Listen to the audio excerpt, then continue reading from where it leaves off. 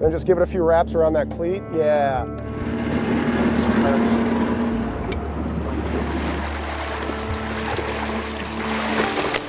Within our power, we are going to try to capture every single fish. We won't, but we're going to do our best. These fish are extremely fragile. They get a little too much handling, they might die. Grab this one. This is a fish that's 4 and 5 years old. It's not something we take lightly. There's a reason these endangered salmon are getting a ride. Fire in the hole!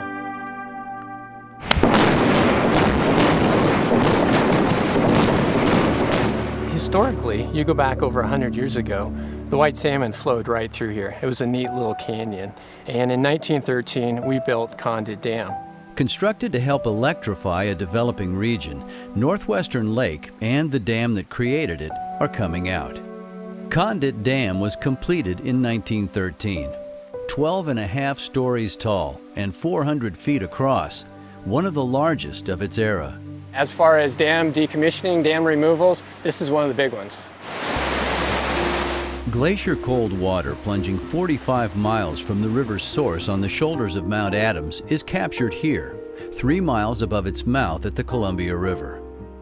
Condit diverts water from the reservoir into a mile-long wood pipeline that delivers it to a Pacific Core powerhouse. At full capacity, 2 turbines produce about 14 megawatts, enough to power 7,000 homes. There's just one problem. Right now, fish can make it all the way up to the big plunge pool down at the base of the dam. And oftentimes when I'm standing up on the dam looking down, I can see them swimming around. A ladder providing fish with passage over the dam was part of the original structure. A storm destroyed it in the first year, and later a second one also washed out. When Condit's operating license came up for renewal, agencies required construction of a passage system to reduce impacts on fish, but the cost was prohibitive. It was not a good deal for our customers. So for us, it was really a business decision to move towards decommissioning. Contractors will tunnel through Condit and drain the lake in 2011. In 2012, the dam will be demolished and its concrete used to recontour the site for planting with native species. As removal begins, the water level is lowered just 10 feet to keep the work area dry below the dam. But for lakeside residents who witness the drawdown, change already is dramatic. Northwestern Lake became White Salmon River right before our eyes. It started to make a sound, and the sound was a sound of rapids, and it was sounding like a typical river. One of the most spectacular things I've ever witnessed in my life. To empty the lake completely, contractors must drill and blast a tunnel through the base of the dam, a 90-foot thick wall of concrete built to endure the ages. We will use probably about 3,000 pounds of explosives. You don't do a lake tap every day. These are very infrequent. This is something you can't do incorrectly because you only get one shot at it. First of all, we have to design the number of holes that are needed to be drilled, the type of explosives that go into the hole, how much of each type of explosive that goes into the hole, and then it's timing. Each of 15 blasts leading to the breach is a cascade of explosions, timed precisely to create an opening 18 feet wide, 13 feet tall, sized and positioned to evacuate water and sediment quickly. It's going to be like pulling the plug on a bathtub.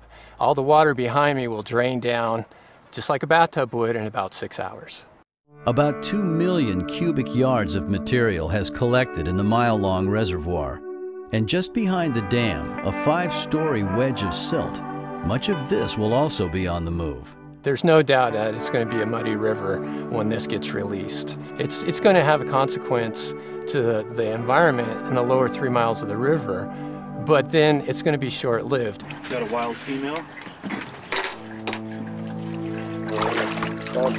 91. Biologists have spent 60 months on a plan to protect salmon from sediment. Most of these fish are 25, 30. We moved a 45-pound fish. At the end of the day, I am absolutely exhausted. Tule Falls Chinook are also known as white salmon. These are descendants of the ancient wild creatures for which the river is named. They're big because they had to move big cobble and big gravel. We have moved fish this year that have tails that are the size of both of my hands. Lewis and Clark, when they came through, they would have seen these fish being harvested in the mouth of the White Salmon River.